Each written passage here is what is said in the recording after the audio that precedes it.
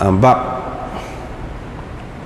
perempuan membasuh pakaian yang dipakainya pada ketika haid.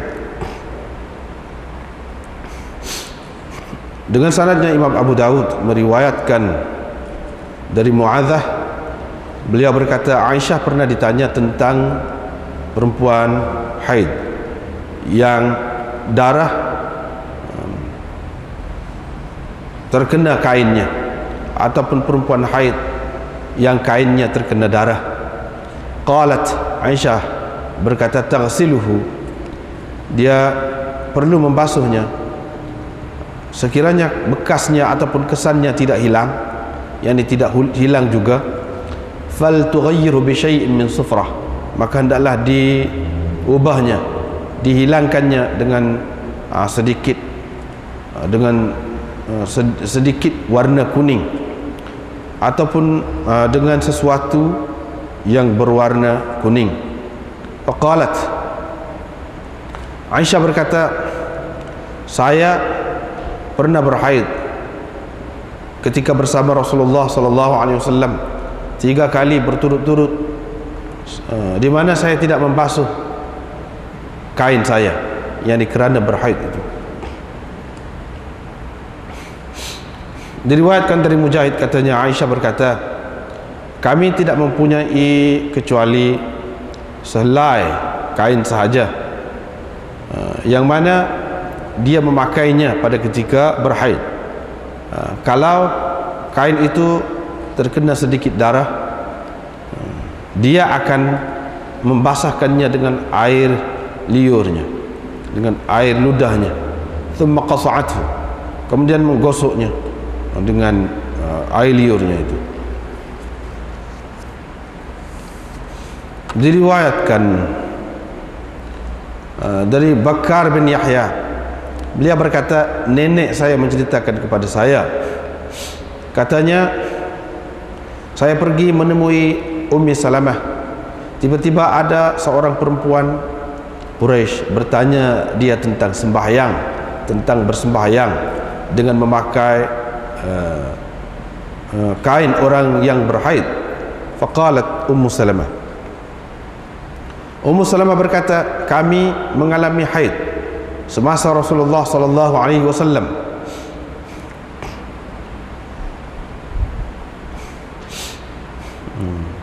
Selama hari-hari haid itu kami memakai kain tersebut, kemudian tathuru, kemudian dia suci, yakni salah seorang dari kami itu suci.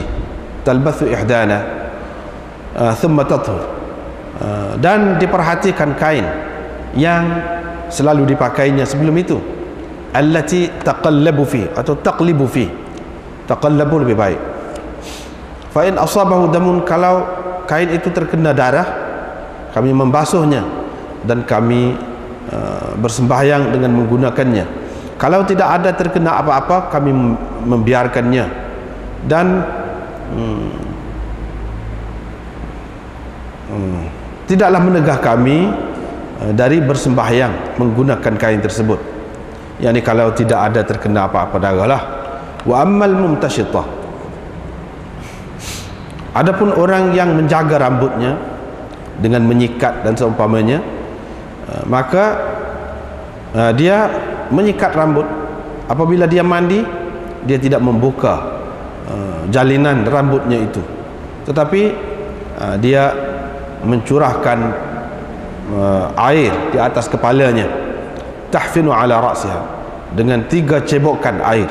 Fa idza ra'at al-balal fi usul asy-sya'r, bila dia telah yakin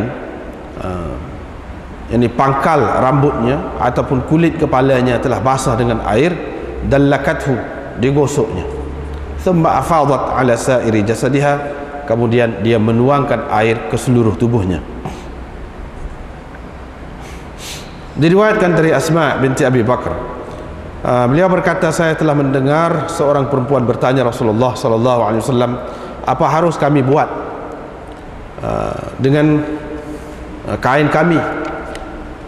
Mat kaifa tasna'u ihdana, apa harus seseorang dari kami lakukan terhadap kainnya kalau apabila dia telah suci. Adakah boleh dia bersembahyang dengan memakai kain itu? Nabi SAW menjawab, dia perlu memerhatikan. Kalau dia nampak ada darah pada kain itu, maka hendaklah dia gosok dengan sedikit air, wal tandah, dan merenjiskan apa yang ataupun kawasan yang dia tidak nampak, yakni ada kesan darah di situ. Wal tusalli fi, dan hendaklah dia bersembahyang dengan menggunakan kain itu, yakni bolehlah dia bersembahyang dengan menggunakan kain itu. Diriwayatkan dari Asma binti Abi Bakr, beliau berkata, ada seorang perempuan telah bertanya Rasulullah sallallahu alaihi wasallam. Dia berkata, wahai Rasulullah, ara'aita ihdana, apa katamu dengan seseorang dari kami yang mana darah mengenai kainnya, darah haid mengenai kainnya, kaifa tasna, apa harus dia lakukan? Nabi SAW bersabda, apabila darah haid mengenai kain seseorang dari kamu, maka hendaklah dia taqrusu, yakni menggosok ataupun menggonyoh dengan ujung jarinya, thumma litandahu bil ma, kemudian membasuhnya dengan air, thumma litusalli, kemudian bolehlah dia bersembahyang, yakni dengan menggunakan kain itu.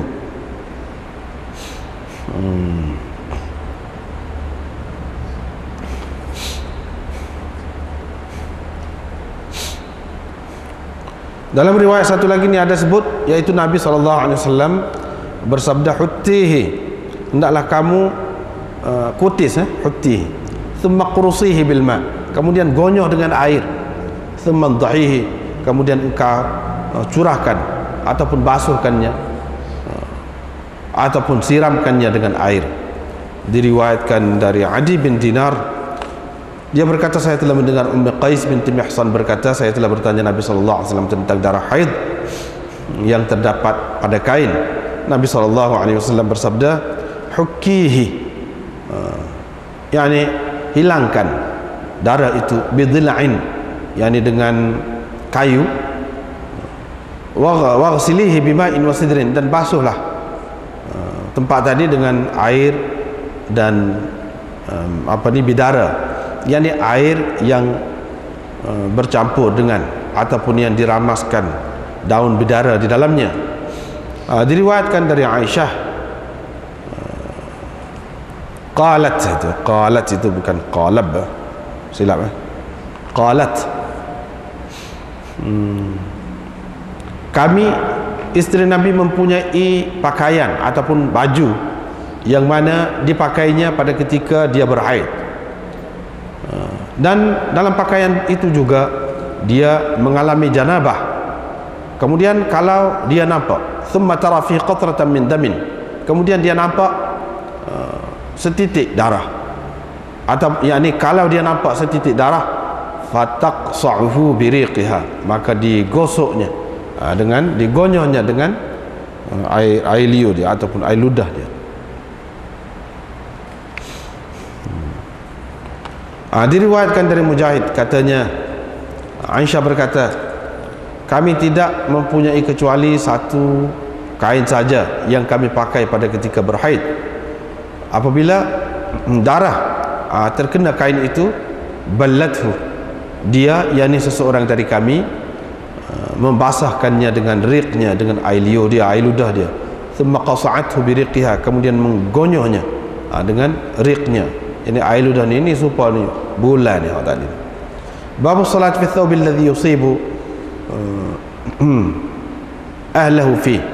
Ini bab bersembahyang dengan memakai kain yang digunakan oleh seseorang pada ketika bersetubuh dengan istrinya. Diriwayatkan dari Muawiyah bin Abi Sufyan bahawa beliau bertanya saudaranya Ummu Habibah, isteri Nabi SAW, adakah Nabi SAW bersembahyang dengan memakai kain yang digunakannya pada ketika baginda bersetubuh dengannya, ataupun adakah Nabi SAW bersembahyang dengan menggunakan kain yang mana Nabi SAW memakainya pada ketika tidur bersamanya. Faqalat, Ummu Habibah berkata, ya, kalau Nabi SAW tidak nampak apa-apa bekas ataupun kesan pada kain itu.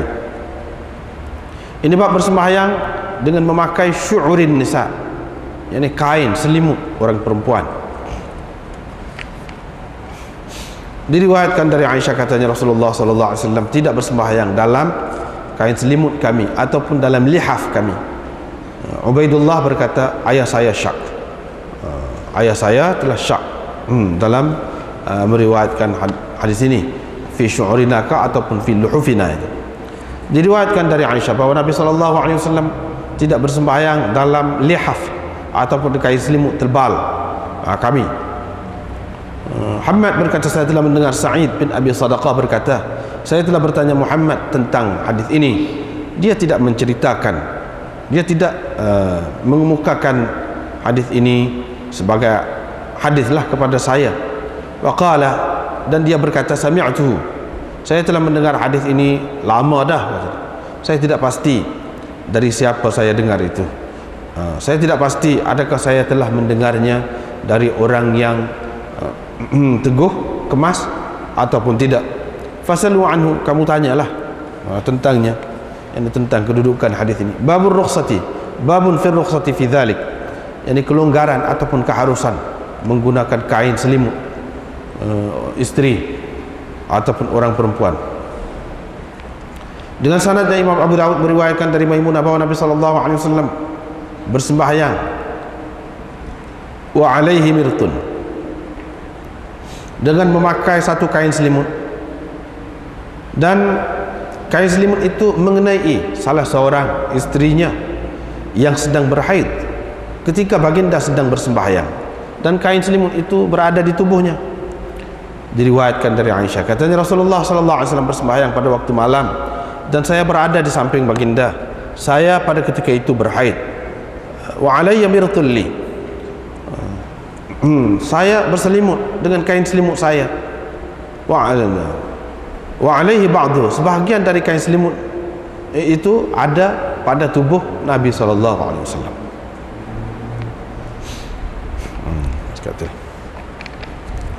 Baik, habis dah cerita pasal apa ni, cerita bab sebelum pada ni, orang nak masuk Islam mandi, habis dah tu. Ni cerita basuh lagi ni, masih lagi tentang suci lagi, taharah lagi. Perempuan membasuh kainnya yang dipakainya pada ketika haid itu. Jadi di sini dia nak ceritanya, Imam Abu Dawud nak cerita bagaimana dengan kain yang dipakai oleh perempuan pada ketika dia berhaid. Adakah perlu dibasuh atau tidak? Mesti dibasuh atau tidak? Jawapannya, kalau kita tengok dalam hadis-hadis yang dikemukakan di bawah bab ini, kita nampak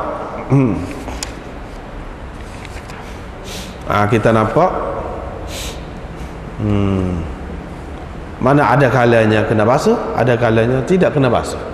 Yang ni hak kena basuh tu kalau ada kesan darah lah. Hak tidak kena basuh tu kalau tidak ada apa-apa kesan darah, tak payah basuh lah. Tak payah basuh. Jadi hak kena basuh tu sebab itu kena darah. Itu pun perlu basuh tu kalau nak sembahyang, nak melakukan sesuatu yang perlu kepada suci pakaian tu lah. Kalau semata-mata nak pakai, tidak wajib juga basuh. Dalam keadaan ada darah tu pun boleh kalau nak pakai. Tak apa, tidak wajib basuh. Kalau basuh tu lebih suci lah, lebih baik lah. Tapi nak kata wajib basuh tu tidak.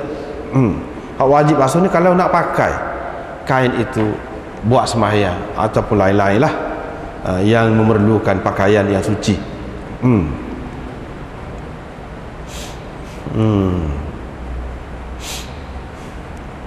Kemudian hadis ini yang disebutkan cerita,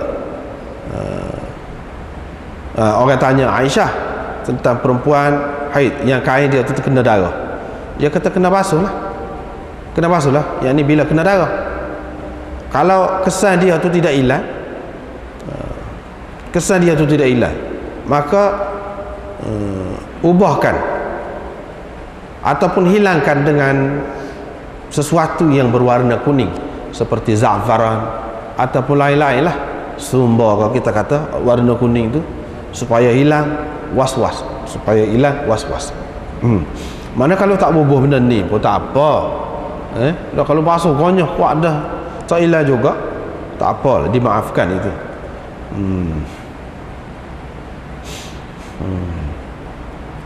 Ini pun masalah apa ni, kalau kena darah tu pun sebanyak mana masih lagi khilaf. Masih lagi khilaf. Kalau banyak hak tu hak perlu basuhnya. Banyak tu sebanyak mana? Ada yang kata sebesar tapak tangan, ada yang kata hujung jari ni, hujung-hujung jari ni, jari semua. Macam-macam lah pendapat itu, macam-macam pendapat. Tapi kalau 1,000 jari itu dikira sedikit, dalam keadaan itu dimaafkan. Ada juga yang kerah lagi, maknanya setara tu pun tak boleh, mana-mana pun kena basuh. Jadi apa ni, bubuh sumber ataupun sesuatu yang berwarna kuning itu supaya hilang was-was, seperti mana Nabi SAW suruh apabila seseorang itu lepas dia buang air kecil, dia renjiskan sedikit air pada bahagian kain yang membetuli kemaluan dia tu. Supaya apa? Supaya hilang was-was. Ini kepada orang yang was-was lah. Kepada orang yang tidak was-was tak payah, tak payah.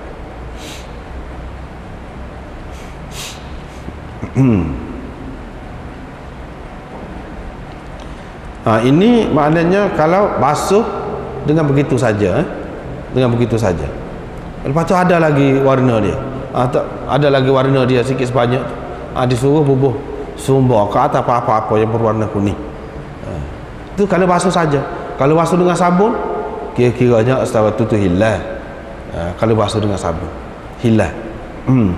Apabila hilang tu tak perlulah bubuh hak kuning saat ni. Hak kuning tu kalau tak hilang, kalau sudah hilang tak perlu lah.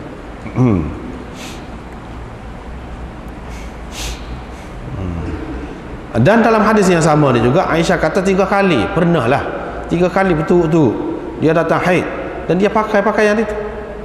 Lepas pada tu dia tidak basuh pun. Sebab apa tak basuh?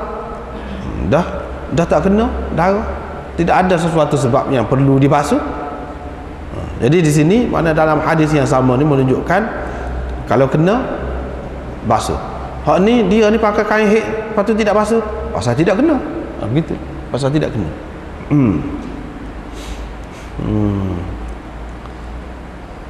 Jadi hak masalah kalau kena tu kena basuh sebab dia najis, hak tu semua sepakat dah. Cumanya masalahnya hadis ini tidak sahih. Jadi kalau kita nak pegang dengan hadis ni, mana orang yang kata kena basuh apa, dia tidak pegang dengan hadis ni. Banyak lagi hadis lain, adapun hadis ini dia dhaif. Kenapa? Kerana Ummul Hasan, yang datuk kepada Abu Bakar Al-Adawi itu, yang meriwayatkan kepada Abdul Warith, ayah kepada Abdul Samad itu majhul, tidak diketahui siapa dia.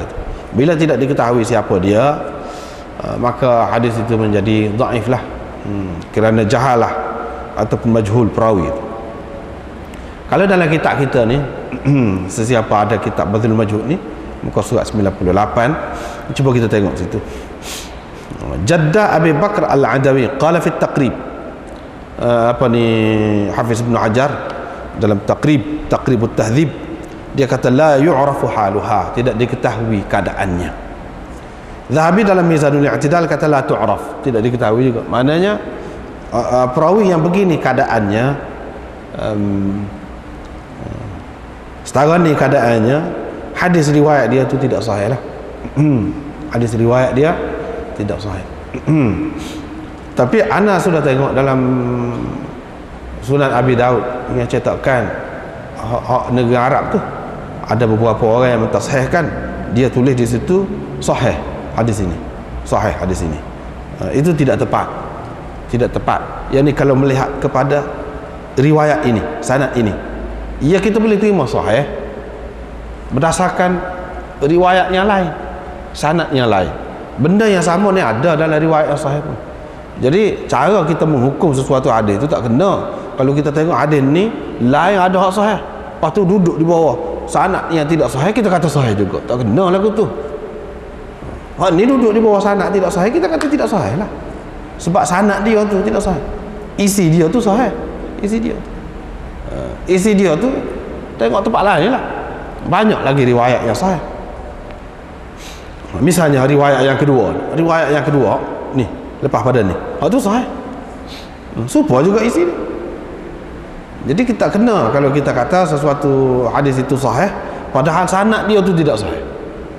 Jadi ulama hadis kalau dia kata tidak sahih berdasarkan sanad yang berkenaan tu. Dia tak kira isi tu. Tak kira isi. Baik. Riwayat yang kedua, riwayat daripada Mujahid, katanya Aisyah berkata, kami, yakni isteri Nabi SAW, tidak ada kecuali satu kain saja di mana kami pakai kain itu pada ketika berhaid. Kalau kena darah, ballathu biriqiha, dia akan membasahkannya dengan air ludahnya, kemudian menggonyahnya dengan air ludahnya. Ini makna kalau darah sedikit pada lagu tu jelah, pada lagu tu. Kalau nak buat kalau masalah sedikit ni, kalau tak saya buat apa, tak apa, biar begitu je. Misalnya ujung anak jari ni kau sekadar tu, tak apa lagi. Hak ni dia sebut ni buat ni hak lebih cermat. Maknanya hilang itu, sebab itulah Imam Abu Hanifah mengatakan cara menghilangkan najis ini tidak semesti dengan air. Salah satu dalil dia nya hadis ni lah. Iaitu hadis ini Aisyah gonyah darah tu dengan air ludah. Tak kira lah banyak kau sikit, kau tak kira lah, tapi dia menghilangkan kau tu. Kalau tidak boleh hilang, apa perlu buat? Jadi cara nak menghilangkan najis itu banyak cara. Nanti kita akan jumpa lagi dalam bab akan datang cara hilang najis itu. Kalau najis itu terkena pada sesuatu tempat ataupun pada kain, macam mana cara nak menghilangkannya, macam-macam cara mengikut Imam Abu Hanifah.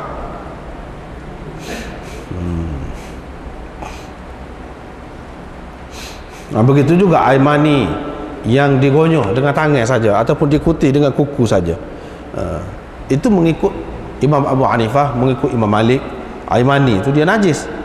Tidak seperti Imam Syafi'i yang mengatakan tidak najis air mani itu. Jadi dah najis, mereka terima najis. Lepas tu dalam hadis ada sebut kutih, makna itu pun salah satu cara menghilangkan najis. Tidak semestinya najis ni perlu dihilangkan dengan air. Hak tu nanti kita akan jumpa, akan datang lah dalam bab air mani. Hak lagu mana boleh kutih, hak lagu mana hak tidak boleh kutih, hak tu kita akan tengok lah. Hak dia naknya sekadar tadi je. Mana hak orang panggil najis itu nak menghilangkannya tidak dengan semata-mata air sahaja, tidak dengan air sahaja. Hak tu hal.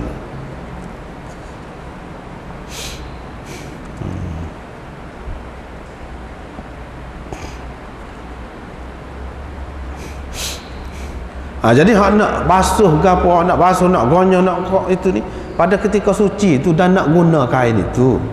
Kalau pada ketika mai kotor tu, kalau tak basuh, tak gonyol pun tak apa, boleh pakai hak tu, boleh pakai.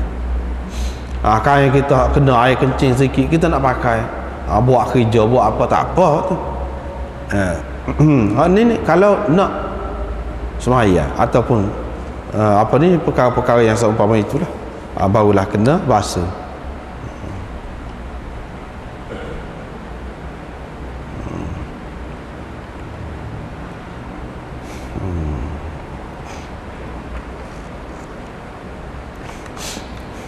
Seterusnya riwayat daripada Bakar bin Yahya. Dia kata riwayat daripada Ummi Salamah, dia nenek dia ni pergi kepada Ummu Salamah. Nenek dia tu pun tak apa. Lepas tu ada seorang perempuan, yang ni nenek dia dengar lah, ada seorang perempuan Quraisy tanya, dia tanya Ummi Salamah tentang bersembahyang dengan menggunakan kain perempuan yang berhaid. Sama ada orang yang perempuan yang berhaid tu sendiri dia nak guna buat sembahyang, ataupun orang lain nak guna kain dia. Ummu Salamah kata, qad kana yusibuna al-haid, kami mengalami haid, kami berhaid di zaman Rasulullah sallallahu alaihi wasallam. Selama beberapa hari dalam keadaan haid itu, kami yakni memakai kain lah. Thumma tathuru, kemudian dia suci. Dia tengok kain, baru tengok kain itu yang dia pakai sebelum itu. Kalau ada terkena darah, dia basuh. Dan kami bersembahyang, mana selepas basuh lah, dengan menggunakan kain itu. Kalau tidak kena, kami biarkan. Dan kain itu tidak menghalang untuk kami pakainya buat sembahyang kalau tak kena. Itulah sebab kita kata tadi, dalam bab ini ada macam-macam hadis ini. Ada yang kedua-dua sekali lah. Kena basuh tu kalau sekiranya kena darah. Kalau tak kena basuh, tak kena darah, tak kena basuh. Tapi hadis ini juga tidak kuat, dhaif juga,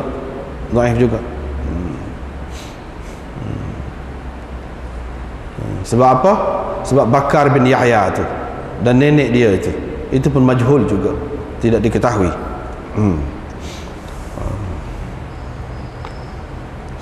Sebab itulah dalam syarah dia kata la yu'rafu ismuha, apa namanya tidak diketahui, dan halnya pun tidak diketahui. Begitu juga dengan Bakar bin Yahya tu. Dalam Taqribut Tahdzib, Hafiz Ibn Hajar berkatakan Bakar bin Yahya majhul, tidak diketahui.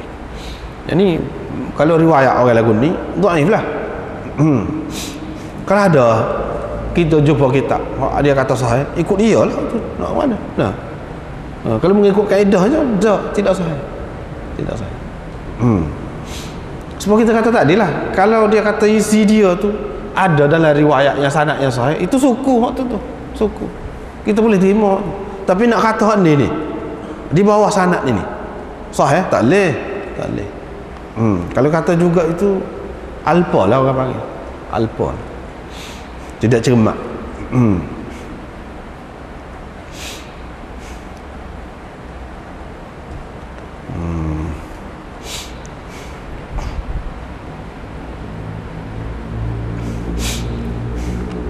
Tadi kita baca fatalbathu ihdana ayyam haidha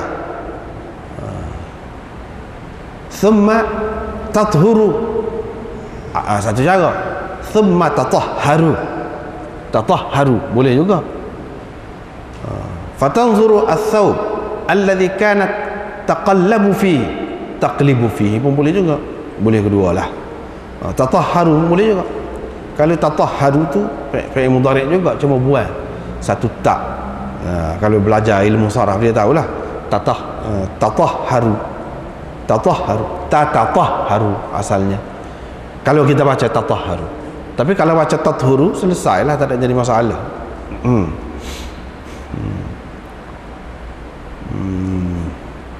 Adapun orang yang mengemaskan rambut dia mumtashitah, dengan menyikat rambut dia ataupun menjalin ataupun menyanggul rambut dia tu,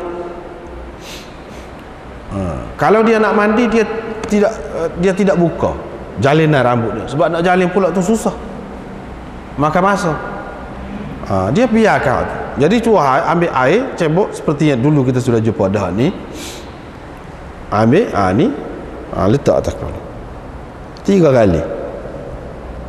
Lepas tu gonya biar rata air. Kalau tak kena hujung rambut ni, hak panjang ni tak kena ni, tak apa tu, tak apa. Dulu kita sudah bicara dah bab apa ni, cara mandi junub gapo ni, semua ni memang ada khilaf dalam masalah ni, ada khilaf. Ada yang kata semua kena basuh, tetapi ulama-ulama hadis mengatakan, dan ramai juga ulama-ulama yang lain kita sudah sebut dah sana, tak perlu buka.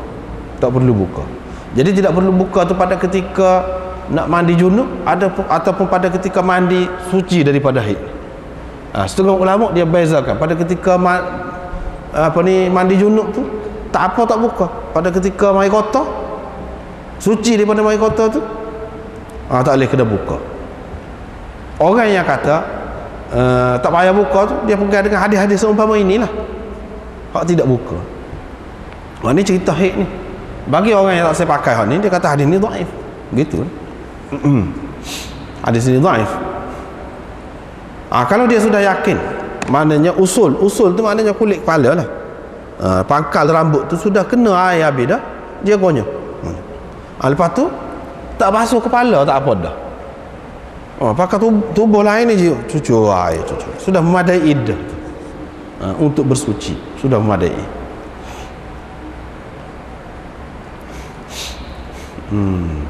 Kemudian riwayat daripada Asma binti Abi Bakar, dia kata ada seorang perempuan bertanya Rasulullah sallallahu alaihi wasallam, belah mana kita nak buat dengan kain kita apabila sudah suci, adakah boleh dia bersemaya, seseorang itu bersemaya, perempuan itu bersemaya, yang ni kain dia pakai pada ketika maya kotor tu. Nabi sallallahu alaihi wasallam kata kena tengoklah, kalau ada darah, putihlah darah tu, hilangkan darah tu dengan sedikit air dan renjiskan. Malam tara, mana tempat yang dia tidak ada nampak yang ni kesan darah tu, renjiskan. Walitusalli fihi, dan hendaklah dia bersembahyang, yang ni bolehlah dia bersembahyang menggunakan kain itu. Ni hal tu juga riwayat Asma binti Abi Bakar juga. Dia kata ada seorang perempuan bertanya Rasulullah, hak tadi juga. Faqalat ya Rasulullah, wahai Rasulullah, apa katamu tentang seseorang dari kami apabila darah haid mengenai kainnya, lagu mana dia nak buat? Dia kata kalau kena darah tadi, faltaqrusu thumma litandhahhu bil ma', cucur basuh dengan air lah, thumma litusalli, kemudian bolehlah dia bersembahyang dengan menggunakan kain itu.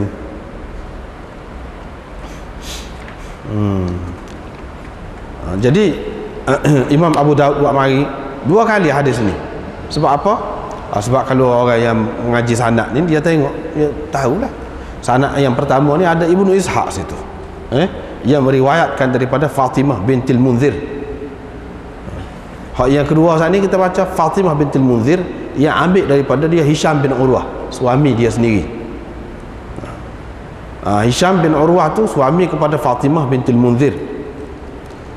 Hak yang pertama tadi Ibnu Ishaq meriwayatkan daripada Fatimah bintil Munzir. Lepas tu daripada Asma. Tu serupalah hak atas tu.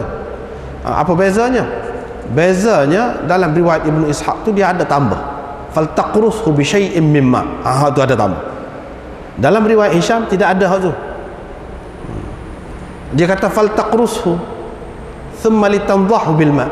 Bi syai'in mimma tu tak ada. Faltaqrusu gitu saja. Hak lain tu serupa lebih kurangnya makna dia. Faltaqrusu bi syai'in mimma tak ada. Walitandah ada. Thumma ma lam tara, walitandah ma lam tara, dan hendaklah dia merenjiskan di tempat yang dia tidak nampak darah tu. Dalam riwayat Hisham tak ada tu. Thumma litandahu bil ma', yang kemudian dia membasuhnya dengan air. Thumma litusalli litusalli, kemudian boleh dia bersembahyang. Apa tujuannya? Tujuannya hak yang pertama tu kurang kuat, dia nak kuat dengan hak kemudian ini. Sebab itulah kalau kita tengok dalam syarah ni muka surat 104, wa gharadul musannif bi iradi hadits Hisham bin Urwah ba'da hadits Muhammad bin Ishaq al-ishara ila anna Muhammad bin Ishaq khalafa fi hadithi Hisham bin Urwah wa zada wa litandah ma lam tara wa lam yadhkur Hisham hadhihi az-ziyadah wa Hisham athbat min Muhammad bin Ishaq. Itu dia. Hisham kalau nak kira kuat, hak mana lebih kuat? Dia lebih kuat daripada Muhammad bin Ishaq. Lepas tu dia riwayat ini bercanggah dengan Hisham bin Urwah. Bahkan Hisham bin Urwah dalam kitab-kitab rijal ada menyebutkan dia menafikan, sebab Hisham bin Urwah ni dia marah kepada Muhammad bin Ishaq. Dia tidak suka. Dia tidak suka kepada Muhammad bin Ishaq. Dan dia kata Ibnu Ishaq ni dakwa ada meriwayat daripada Fatimah. Mana boleh, dia kata Fatimah tu bini dia tak aja jumpa dengan orang pun. Dia kata. Jadi maknanya dia menafikan. Orang semasa ni menafikan Ibnu Ishaq ni meriwayat daripada Fatimah. Jadi yang menafikan itu siapa? Hisham. Mana bila ada menafikan tu maknanya kurang kuat lah tu. Kurang kemah lah tu. Sebab itu dia marisa lagi riwayat Hisham sendiri. Riwayat Hisham tu serupa juga dengan riwayat Ibn Ishaq, tetapi tambahan itu tidak ada. Tidak ada. Apa perlu renjis tempat tak kena air? Tempat tak kena darah, tempat apa renjis buat apa dia? Dalam riwayat Hisham dia tak ada sebut. Kemudian basuh dengan sedikit air. Basuh dengan sedikit air. Di sini dia tak ada kata faltaqrusu. Thumma gonyohlah. Thumma litandahu bil ma', kemudian membasuhnya dengan air. Lebih terang makna dia tu. Tidak ada sesuatu yang sia-sia lah, sia-sia. Ni gonyoh sedikit dengan sedikit air. Lepas tu hak basuh kemudian tu tak ada kah pakai gonyoh gitu? Tidak jelas. Tetapi disuruhnya renjis tempat yang dia tidak ada nampak darah tu. Sedangkan dalam riwayat Syam tak ada semua itu. Tak ada semua itu. Itu bezanya.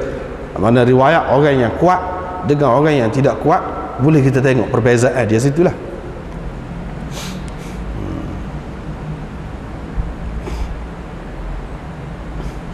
Sebab itulah Hisham ni dia kata pelawak Ibnu Ishaq ni, kata dia kata dia ada riwayat daripada bini dia. Mana dia ada riwayat? Lepas tu setengah-setengah orang pula dia takwil, pasal dia nak bela Ibnu Ishaq, dia takwil. Dia kata boleh jadilah dia dengar, Ibnu Ishaq dengar daripada Fatimah ni pada ketika Hisham tak ada. Pada ketika Hisham tak ada. Takkan Hisham tu ada sekali? Sama. Ataupun ketika dia ni belum nikah dengan Hisham lagi pun boleh jadi. Boleh jadi. Tapi kalau kita fikir secara logik, ya Hisham ni kemudian dia bini dengan dia menikah dengan Fatimah kan? Ya dia berani kata dia tu pelawak. Kira-kiranya dia tanya, kalau tidak takkanlah dia berani kata pelawak. Pelawak dia meriwayatkan daripada bini dia. Sama ada hak dulu kan boleh jadi dia tanya. Ya kalau orang ni ada terima hadis daripada-mu. Tak ada boleh jadi bini dia kata, ya dia berani kata, kalau tidak tu apa ya dia berani kata pelawak. Itu dia. Jadi orang yang tak terima dia tengok kot tu lah. Orang yang terima dia kata boleh jadi. Tak apalah. Seterusnya riwayat daripada Adi bin Dinar, katanya saya telah mendengar Ummu Qais binti Mihsan berkata, saya telah bertanya Nabi SAW tentang darah haid yang terdapat pada kain itu. Nabi SAW kata hukkihi, gonyoh dengan zila', dengan kayu. Tidak semesti dengan ujung jari, dengan apa-apa pun tak apa, asalkan menghilangkan. Waghsilihi bima'in wasidrin, dan basuhlah dengan air yang dicampurkan atau diramaskan daun bidara di dalamnya. Mana guna air yang macam tu supaya lebih membersihkanlah kain itu. Jadi bau wangi. Gonyoh dulu biar hilang dulu, lepas tu barulah basuh.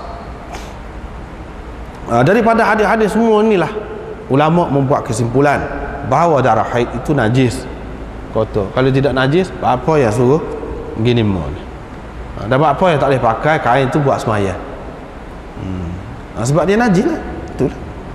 Kemudian sebut air dan berdarah. Yakni bukan air saja. Air saja pun sudah memadai, tetapi yang lebih baik kalau guna benda-benda lain. Zaman dulu orang guna daun bidara untuk mewangikan, untuk lebih membersihkan.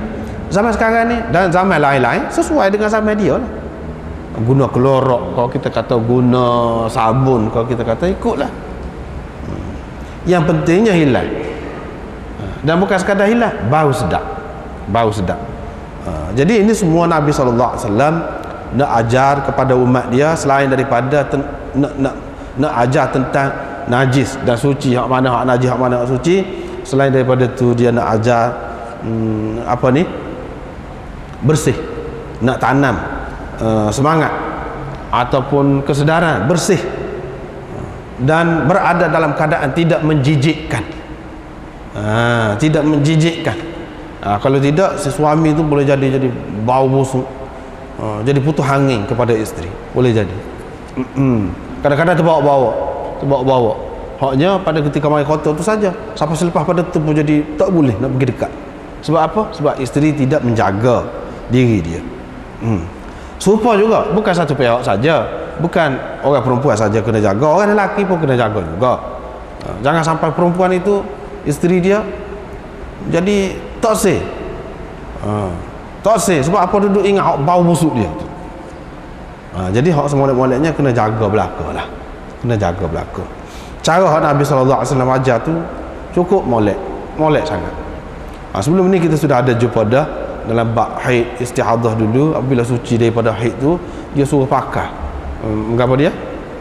Kasturi lah, macam-macam boboh dalam kemaluan itu. Supaya apa? Supaya jadi wangi ataupun sesuatu yang baik lah, sesuatu yang baik untuk kesihatan, untuk kesuburan seseorang perempuan itu. Kasturi itu dikatakan oleh orang-orang ahli-ahli perubatan, dia kata baik untuk kandungan, untuk kandungan. Jadi mudah nak lekat anak ke apa. Jadi kandungan itu pun jadi sihat.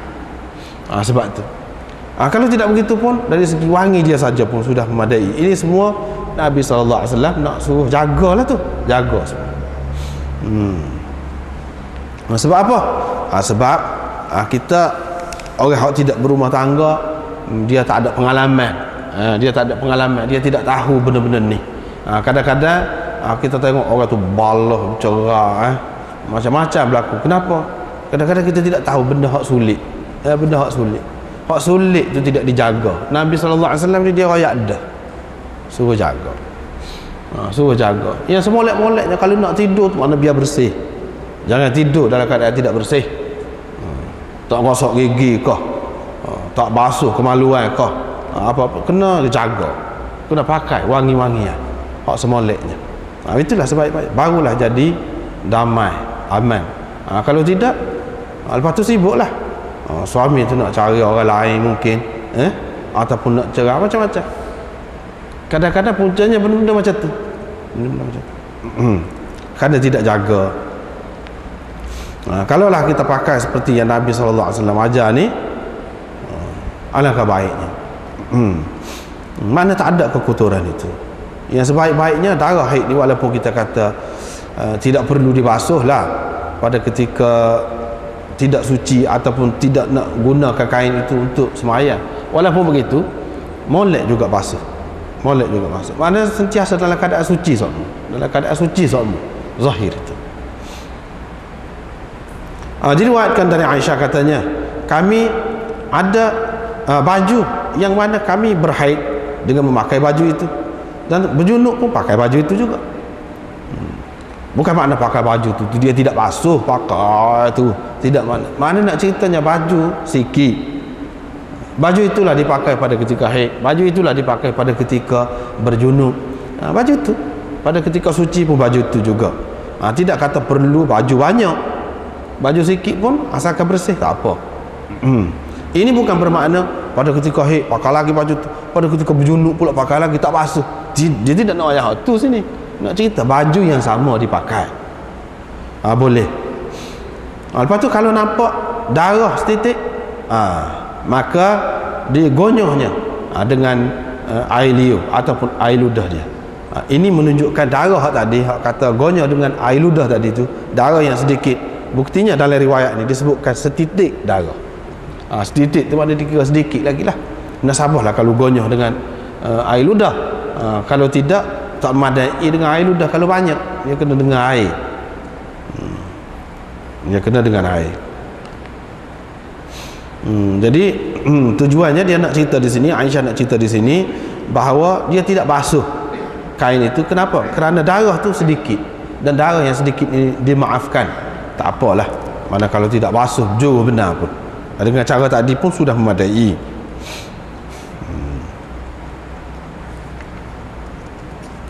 Riwayat daripada Mujahid, ini bulan ni hak tadi, hadis yang kedua tadi sepatutnya babu salat fi thawbil ladzi yusibu ahlahu fih. Bolehkah tidak seseorang itu bersembahyang menggunakan kain yang dia bersetubuh dengan isteri dia, dengan memakai kain itu? Kain itulah dia bersetubuh dengan isteri dia, kain itulah nak guna buat sembahyang. Bolehkah tidak? Dia jawab apa ni kepada tajuk ni, iaitu hadis dia itulah, iaitu tak apalah. Apabila Muawiyah tanya adik-beradik dia, isteri Nabi SAW, Ummu Habibah, adakah Nabi SAW bersembahyang dengan menggunakan kain yang dia berjima? Dengan memakai kain itu? Ummu Habibah kata ya, dia pakai. Kalau dia tidak ada nampak azan, kalau tidak ada nampak azan, yang ini kesan apa? Kesan air mani. Gitu. Mana boleh? Kalau mengikut mazhab Syafi'i, Ahmad dan ahlul hadis, ashabul zahir, Daud Zahiri, ramai lagi yang lain, dia kata memang air mani itu suci. Sebab itulah dia tak kisah sangat. Kemudian kalau ada pun dia gonyong-gonyong gitu saja. Mana dia tidak berat sangat lah. Kalau lah air mani itu najis, tentulah dia tidak pakai bermudah-mudah begitu. Bermudah-mudah begitu. Sekurang-kurangnya takut ada yang ngecik kalau ke mana-mana pun boleh jadi. Sepatutnya dia bercermat lah. Nabi SAW ni sangat cermat, terutamanya untuk guna buat sembahyang. Ni tidak. Jadi orang-orang yang mengatakan najis pula air mani, hadis ni juga. Imam Malik pun dia tahu hadis ni. Imam Abu Hanifah dia tahu hadis ni. Sufyan Thauri gapo tu dia tahu. Auza'i dia kata najis. Lepas tu dia buat sembahyang. Sekarang dia kata dah, kalau dia tidak nampak azan, kalau nampak azan, hak sebaliknya. Mana dia tidak guna buat sembahyang dah lah. Apa? Kalau lah tidak najis, apa? Tidak guna buat sembahyang macam lah, dah tak najis. Ini makna kalau tak kena. Lepas tu kain itu tidak semesti kain hak bahagian bawah. Kain hak bahagian atas baju pun boleh jadi. Kalau kita kata tak kena, macam mana dah pakai? Tidak semesti orang kata kain yang dipakai itu, hak kita pakai kain ni, baju tu pun yang dipakai juga. Boleh jadi hak tu tidak kena. Dia kata, ya, kalau dia tidak nampak azan. Yakni kalau dia nampak, dia kata, mana dia tak guna lah buat sembahyang. Apa tak guna tu? Apa tak guna? Dah kalau tidak najis boleh guna lah. Apa dia tak guna tu sebab najis. Kecuali apabila dia basuh. Sebab itulah kita tengok dalam riwayat-riwayat yang lain, dia basuh, ada bekas-bekas tumpuk-tumpuk air hak dia basuh. Sama ada dia basuh sendiri ke atau isteri dia basuh, kau tak kira lah. Dan kalau tidak najis, basuh aku dia. Dia kata hadis ni juga. Jadi tujuan Imam Abu Daud, kita kena ingat semula tu, dia mari hadis ni bab-bab dia nak cerita dalil bagi masing-masing ulama yang berbeza pendapat. Macam ni dia mari sah hadis, dia tak mari dalil hak sah lagi. Sebab apa? Hak ni atau hak ni kedua-dua golongan tu pegang dengan hak ni kedua. Hak kata boleh tu, tidak najis itu, dia pegang dengan hadis ni. Kalau tidak, dia sembahyang lagu mana? Takkan dia mudah-mudah. Hak kata najis itu pun dia pegang dengan hak ni juga. Sebab dia kata, ya, kalau dia tidak nampak azan tu apa dia? Air mani. Baik, kalau kita kata tidak air mani, air mazi. Apa kalau air mazi, Syafi'i orang lain pun kata najis betul juga, kena basuh waktu tu. Jadi kalau kita kata azan itu air mani, iyalah, kalau air mazi lebih-lebih lagi kena basuh.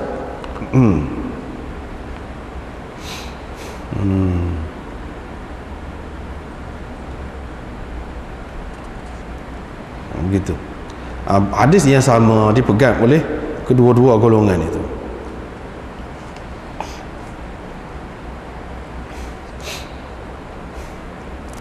Kemudian ini berkenaan dengan perawi kita ni, iaitu kita ambil salah Muawiyah bin Hudaij. Dia ni adalah seorang yang khilaf ulama tentang dia ni sahabat atau tidak. Ada ulama mengatakan dia sahabat, ada ulama mengatakan dia ni tidak sahabat tapi termasuk dalam kibar tabi'in. Tabi'in besar, orang panggil tabi'in besar. Tabi'in besar tu pada tabi'in hak dan dengan sahabat-sahabat besar. Tabi'in kecil iaitu tabi'in hak dan dengan sahabat-sahabat kecil, itu orang panggil tabi'in kecil. Dalam istilah kita bukan tabi'in kecil tu maknanya orang dia tu kecil, tidak. Tabi'i kecil tu maknanya dia dan dengan sahabat-sahabat kecil. Sahabat kecil tu maknanya sahabat yang dan dengan Nabi SAW pada masa dia masih kecil. Itu makna sahabat kecil. Sahabat besar maknanya sahabat yang dan dengan Nabi SAW pada ketika dia sudah besar, ataupun sahabat yang lama bersahabat dengan Nabi SAW. Itu sahabat besar. Jadi dia ni khilaf. Khilaf ulama. Imam Ahmad kata dia ni tidak sahabat, tapi tabi'in. Tapi Imam Bukhari, Abu Hatim dan Ibnul Barqi, dia kata dia ni sahabat.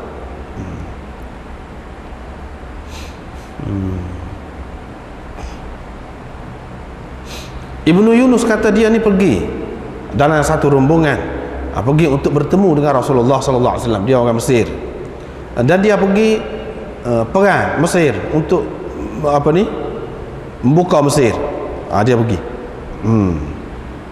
Lepas tu duduk sana tu lah. Lepas tu dialah yang membawa berita kepada Umar tentang kemenangan orang Islam pergi perang di Mesir. Walau bagaimanapun dia ni khilaf lah. Kebanyakan ulama mengatakan dia ni sahabat, termasuk Ibnu Hibban. Ibnu Hibban pun kata dia ni sahabat.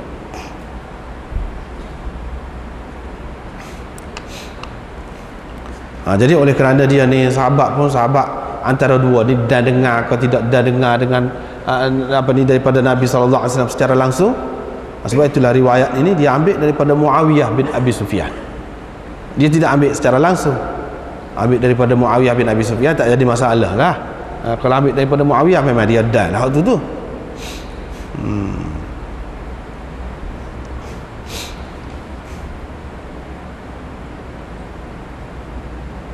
Bab salat fi syu'urin nisa. Ini bab bersembahyang dengan memakai kain selimut orang perempuan. Boleh ke tidak?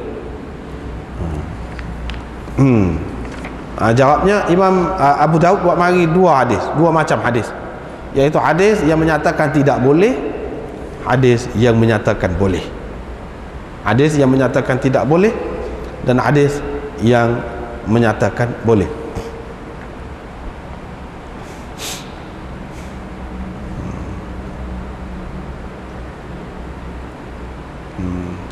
Babun fir rukhsati fi dhalik itu menyatakan bolehlah. Syu'urin nisa. Setengah ulama pula kata ini lain ceritanya. Hak kata tidak boleh tu syu'ur, jamak kepada syiar. Syiar ini maknanya pakaian ataupun kain perempuan yang dipakai dalam, mana kena kulit dia. Itu yang dikatakan syiar, yang kena kulit dia. Kalau kita kata baju luar ni tak kena kulit, baju panah, baju panah, kain hak dalam, itulah yang dimaksudkan dengan syiar. Hak kata boleh tu, hak tu dia pakai kain hak di luar ni, dan dia bukan pakai suku. Kalau kita baca tadi, mana kain selimut, isteri dia duduk selimut, lepas tu sebahagian daripada kain selimut yang panjang tu ada pada dia, ada pada dia, mana dia tidak pakai 100%. Dan kain selimut ni bukanlah maknanya yang dipakai di dalam oleh isteri dia. Maknanya di dalam tu ada pakaian lain, di luar dia buat selimut. Selimut tu hak kenanya. Jadi ini tak ada kena mengena ni. Hak kata tidak boleh tu maknanya dia tidak pakai kain yang dipakai di dalam oleh perempuan yang haid. Adapun kain yang dipakai di luar itu tak apa. Dia ada yang berpendapat begitu. Ada yang mengatakan tidak, kain hak dipakai dalam pun kalau tidak kena apa-apa najis boleh dipakai, boleh dipakai. Maksud syiar di sini tidak semesti maknanya hak kena kulit itu, sebab di sini maknanya selimut. Sebab itu dalam Syak Perawi itu dia kata au fi luhufina. Luhuf itu maknanya selimut yang dipakai di luar. Tidak semesti syiar di sini dengan makna syiar hak pakai di dalam. Kalau pakai di dalam tu lagu mana hak pakai di dalam, sama mana kain. Macam mana Nabi SAW boleh pakai pula dalam tu? Tak pernah sama. Jadi ini maksudnya kain tak kira lah dipakai oleh perempuan, sama ada dipakai kena kulit dia atau tidak, tak kira. Asalkan tidak kena najis pada kain itu tak apalah. Mana seseorang itu nak pakai kain apa nama ni, isteri dia orang perempuan, itu satu perkara. Perkara yang kedua, pakaian isteri dia. Kalau pakaian isteri kita kata boleh, dan Nabi SAW di tempat lain larang kalau orang lelaki pakai serupa dengan orang perempuan, pakai orang perempuan. Tetapi ada ketikanya Nabi SAW benarkan. Serupa baru ni kita sudah jumpa dah, dia suruh pakai air wangi orang perempuan. Kalau tak ada sendiri pakai air wangi orang perempuan, nak pergi masjid, nak pergi jemaat, maknanya boleh. Ada ketika-ketikanya air wangi perempuan tu seperti yang kita sudah sebut dah baru ni, iaitu beza zaman dulu ni. Selain daripada dia bau dia tu beza, dia warna dia tu, dia ada warna. Ada pun air wangi yang dipakai oleh orang lelaki, dia tak ada warna. Jadi kalau ada warna pun tak apa. Itu satu, mana boleh dalam keadaan-keadaan tertentu. Ini satu lagi tempat Nabi SAW nak cerita masalah pakaian ni bukan masalah ketat sangat. Ada ketikanya kalau di rumah, misalnya kita pakai kain sarung bini kita, tak apa. Itu maksudnya. Kain sarung bini kita, tidak orang panggil menyerupai orang perempuan di situ. Ataupun dia pakai kain pelekat kita ketika-ketikanya, tak apa. Tidak kata tak boleh langsung. Dalam keadaan lagu mana-mana sebentar pun tak boleh. Tidak lagu itu. Boleh. Hak tak boleh tu di luar. Tapi hak ni agak jauh lah sedikit mana hak dekat boleh ni, boleh untuk buat sembahyang. Buat sembahyang, kalau kita kata pakai hak jauh saat ni, pakai yang hak orang perempuan pakai, boleh. Kita pakai kain batik Jawa misalnya, kita kata buat sembahyang, boleh ke tidak? Kain itu isteri kita pakai, boleh, sah sembahyang, tak ada satu. Cumanya kalau pergi keluar tu kurang molek lah. Kurang molek. Boleh jadi ini bergantung kepada uruf, bergantung kepada keadaan. Setengah-setengah tempat tu memang biasa, pakai baju batik pun orang lelaki pun pakai baju batik juga, kain batik pun orang lelaki pakai batik juga. Jadi tempat dia tu tidak ada beza sangat. Hak tu bukan khusus kepada orang lelaki ataupun orang perempuan, boleh dipakai kedua. Seperti nama lah, nama orang. Ada juga setengah-setengah tempat nama tu khusus dengan orang lelaki, tak ada orang perempuan nama Muhammad, tak ada. Tapi kalau Azmi, orang perempuan pun ada, orang lelaki pun ada. Misalnya kalau tempat kita Maimun, lelaki pun ada, perempuan pun ada. Bukan sekadar pakaian saja, nama pun ada juga. Serupa juga kain-kain, dia bergantung kepada uruf juga, pada keadaan juga.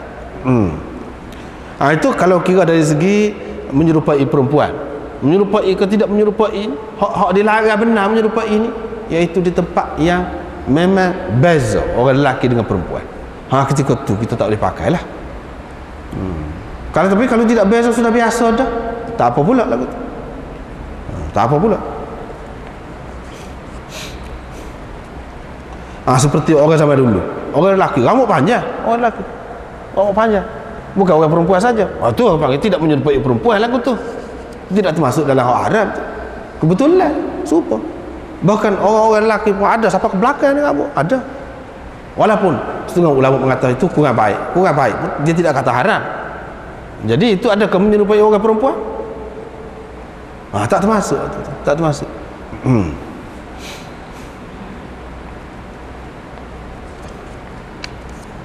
Kalau hak ni, hak lebih dekatnya di sini maksudnya pakai kain perempuan yang mana tidak kena najis. Tidak terkena najis, tidak kena darah haid misalnya, ni dalam bab hak dekatnya. Tak apa, asalkan tidak kena najis, tak apa. Boleh kita pakai. Ya, Nabi SAW tidak bersemayam dengan memakai kain selimut kami, takut terkena lah.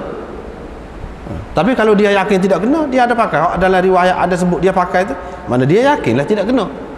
Jadi ini bergantung kepada suci atau tidak sucinya kain itu. Bukan kain itu kain orang perempuan ataupun orang lelaki, tidak timbul masalah tu. Masalahnya suci atau tidak suci. Kalau yakin suci, boleh. Begitu juga sebaliknya orang perempuan, dia nak semayang, dia pakai kain kana, lepas tu kain hot dalam tu nak pakai kain pelekat, tak ada masalah asalkan suci. Asalkan suci.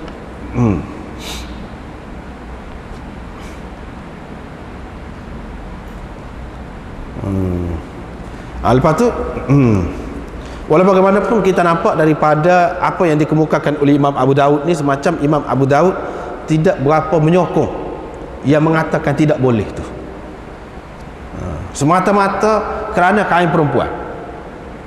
Kalau lah kain itu kena najis, tu semua orang kata tak boleh berlaku tu. Semata-mata kerana kain perempuan itu, Imam Abu Daud nampaknya tidak berapa menyokong. Sebab apa dia amari riwayat ini? Dan Sa'id bin Abi Sadaqah kata, dia tanya Muhammad yakni Ibnu Sirin, belah mana hadis ni? Dia tak say riwayat. Hak tadi diriwayat an Ibn Sirin an Aisyah. An Ibn Sirin an Aisyah. Riwayat secara an'anah itu daripada Aisyah, dan ulama-ulama mengatakan Ibnu Sirin ini dia tak ada terima apa-apa daripada Aisyah. Mana tidak sabit dia dengar sesuatu daripada Aisyah. Bermakna riwayat ini munqati', putus. Lepas tu Sa'id bin Abi Sadaqah ni nak pasti, dia tanya. Dia tanya Muhammad. Dia tidak cerita apa-apa. Dia kata lama dah saya dengar hak tu. Sampai saya tidak pasti. Saya dengar daripada orang yang kuat-kuat ataupun orang yang tidak kuat, saya tak pasti. Mana dia tidak royak, kata dia dengar daripada Aisyah. Kalau dia dengar daripada Aisyah, jelas dah lah. Ni maknanya ada orang lain ni yang dia tidak ingat, dia tidak pasti orang tu orang molek atau tidak molek. Kalau Aisyah, bapa tidak pasti kemah atau tidak kemah, tentu kemah dah lah kalau Aisyah. Ini menunjukkan bahawa ada orang lain di celah tu yang dia tidak sebutkan. Bermakna riwayat ini munqati'. Bila munqati' ada tak kemah lah, tak kemah. Dari riwayat yang pertama, dalam syu'ur kami ke ataupun fi luhufina Ubaidullah syak. Mana ada syak. Bila ada syak ni dalam hadis ni, dia menyebabkan jadi kurang juga. Lepas tu Imam Abu Daud mari babun fir rukhsati fi dhalik. Yani kebenaran, keharusan. Maknanya pakai kain isteri. Riwayat daripada Maimunah, Nabi sallallahu alaihi wasallam pakai kain selimut. Dan sebahagian daripada kain selimut tu ada pada isteri dia, ala ba'di azwajihi minhu, ada pada dia, sedangkan isteri dia tu mai kotor, yusalli wa huwa alaihi. Nabi sallallahu alaihi wasallam bersembahyang dalam keadaan kain selimut tu ada pada tubuh dia. Imam Bukhari nak cerita di, apa ni? Imam Abu Daud nak cerita di sini. Supaya juga Imam Bukhari lagu tu juga dalam masalah ni. Iaitu kalau orang tu dia ada najis pada dia. Ada najis pada dia. Kain yang kita pakai ni kena dia. Tidak kata jadi tak sah sembahyang kita tu kerana kena kain kita tu dengan dia. Tubuh dia tu tidak najis. Hak najisnya darah dia tu. Dia tidak kena darah dia. Tak apa maknanya. Kena kain tu.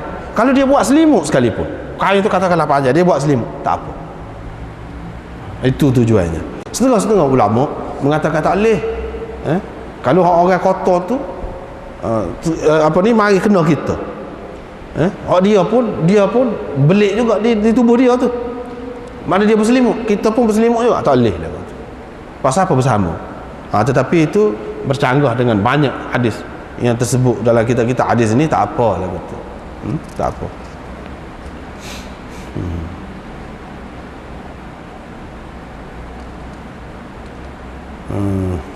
Ni riwayat mirt, kain selimut juga. Sebahagian kain selimut itu ada pada dia. Saya mai kotor duduk sebelah ni. Tak apa. Tidak kata orang mai kotor ni kena duduk jauh, tak boleh duduk dekat dengan orang sembahyang. Tidak. Hak tak boleh kena je darah dia tu. Tubuh dia kalau kena tak apa. Walaupun kain hak kita sembahyang ni kena tubuh dia, tak apa. Tak apa. Hak dalam tu tak kira. Hak dalam. Daripada sinilah mana setengah-setengah ulama mengatakan kalau budak-budak dia pakai pampers, lepas tu dia kecil, dia tepuh dengan kita duduk sembahyang, tak apa. Tidak kena air kecil dia tu, kena tubuh dia. Cumanya setengah ulama dia kata tak boleh kalau kita menanggung dia. Mana kita menanggung najis, kita menanggung najis. Itu masalah khilaf lah, masalah khilaf. Yalah kalau hak cemaknya tak salah, tak salah, lebih cermak lah. Walau bagaimanapun masih ada khilaf dia. Ini hadis ni menunjukkan boleh berselimut dengan kain selimut orang yang sedang berhaid.